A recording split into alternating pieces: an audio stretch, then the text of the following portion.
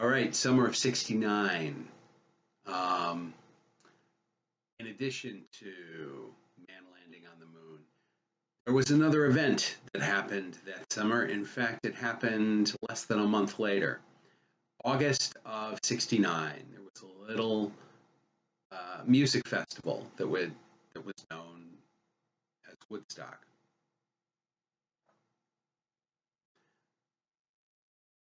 Woodstock was nuts. Simple as that.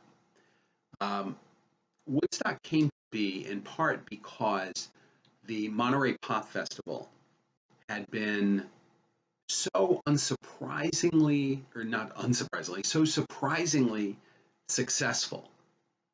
People knew it was going to be big, but it was huge. It was huge. It sort of, remember, shifted the consciousness. Summer of '67, the Summer of Love happened almost as an extension of Monterey, almost like people went to the festival and didn't want to go home.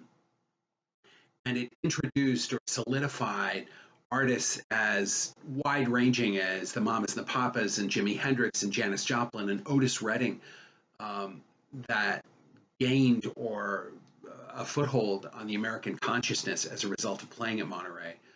So, four friends, well, two friends and two friends, got together. Four young men got together, two with money and two with connections in the music industry, got together and thought they would put together a little festival of rock music and maybe arts and crafts, maybe some food, and that they would do it in the summer of '69, and they were going to do it in the East Coast. They decided upstate New York. And by upstate, they were thinking somewhere between New York City and Albany, so sort of somewhere in the Hudson Valley, more or less. And they settled on this event. But things got out of hand really quickly. If you can imagine today that if a festival like this went online, you would be able to go on the internet and get tickets, and those tickets would probably be gone in 45 seconds or so. And people would be reselling them, and whatever, it would just be that kind of thing. And it would be anywhere from a couple hundred to a couple $1,000s to go per ticket. So this was in '69.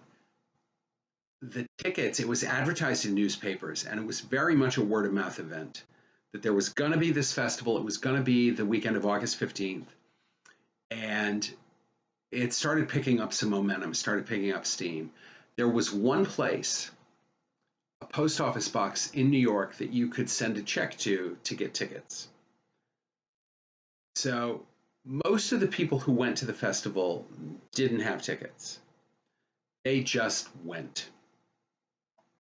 People did mail in their $5 or $7 and to this post office box to get tickets sent to them. And Woodstock was a 3-day festival of rock and roll. And the artists that played at Woodstock were many, and some of the greatest names in rock history played at Woodstock. A guy named Richie Havens sort of opened the show and wound up playing for almost 3 hours as the concert got underway. And the reason for this was simple. So many people attended this concert, and it was so drastically unorganized, like they didn't have a fence up at the beginning. So there was no sort of gate to take the tickets. And whatever part of the fence they had been able to get up before people came didn't last, because the legend goes that on the morning of the day the concert was supposed to start, the organizers were sleeping in a trailer on the field so that they could get up and get right to work. They got up in the morning and there were already 50,000 people there who had come overnight and just said, "Oh, a field. I guess we're in the right place." Uh, so many things about the organizers had a great deal of trouble getting a license. They they had a license in a town that said they could have an event for up to 50,000 people.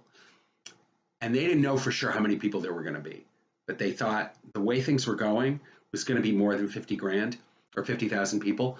But they said, yeah, there's no way it's going to be more than 50. So they got the license. The more that the council members, kids, their teenage children started saying, this is going to be the biggest thing since maybe ever. The parents started panicking, the council members panicked, and they revoked the license.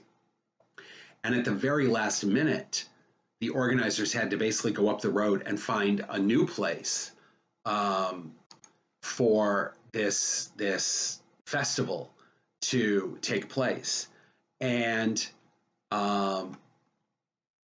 they managed to, I think it was going to be $7,500, $7,500 that they were going to pay for the space that they were going to be in the town.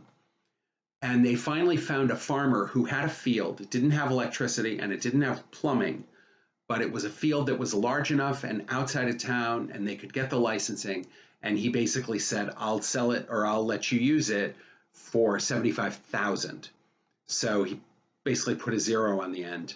And they had no choice.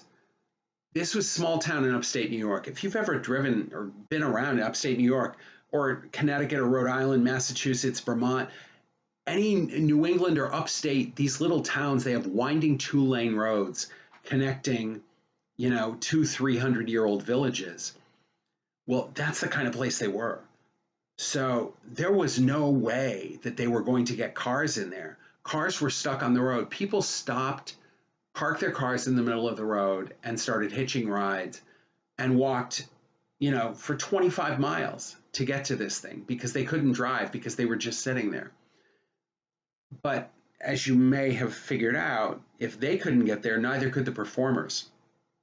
So the performers, many of them who landed in jets in New York City, were flown via helicopter to the field, which cost a lot of money that the organizers weren't planning on. And Richie Havens, like I say, opened the concert, but he played for 3 hours because nobody else was there. They didn't have any other performer. They're like, Richie, just keep on singing. And finally, other performers started coming in and making it via helicopter, via the road, something. And the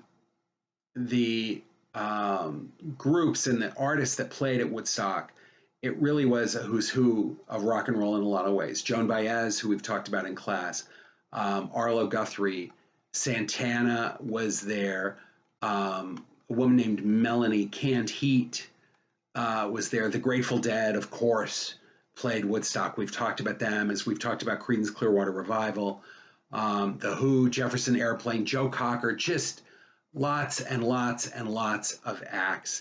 And the band who we talked about, remember Bob Dylan's backing group who sort of spun off on their own, Sly and the Family Stone and Blood, Sweat and Tears, who we mentioned earlier, Crosby, Stills and Nash, just tons of people. And of course, Janis Joplin, and winding up the whole scene on Monday morning was the late great Jimi Hendrix. So Woodstock was amazing. The reputation that came out of Woodstock was that people died and babies were born and this and this and this. Don't know exactly. I believe that one person died of a drug overdose. Another person was run over by a piece of farming equipment because they were asleep in a sleeping bag, like right next to a combine. And there may have been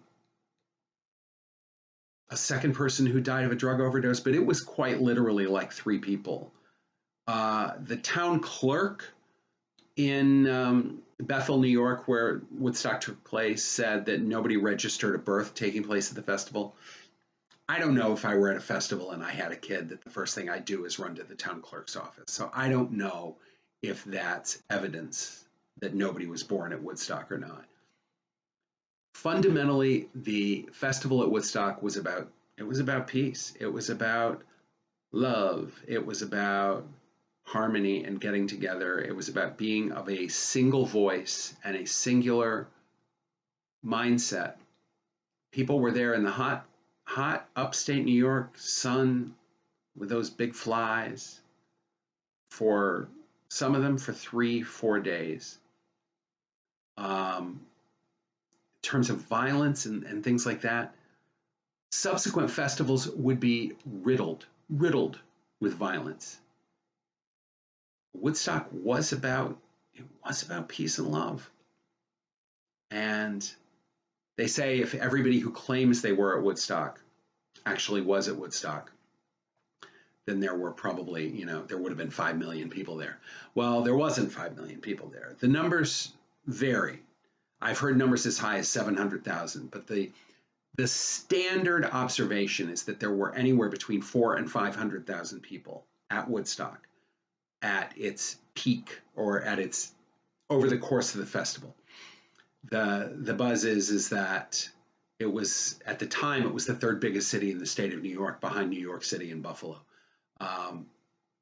And how it all came to be, how it all came to work, is one of the great mysteries. There's a number of documentaries about Woodstock, and if you have any interest at all, I recommend you watch them because it was a fascinating time in America, not to be duplicated ever again. And they've tried.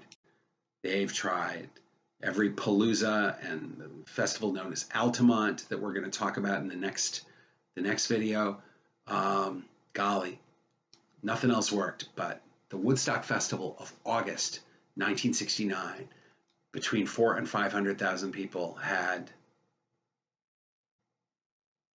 the experience of a generation.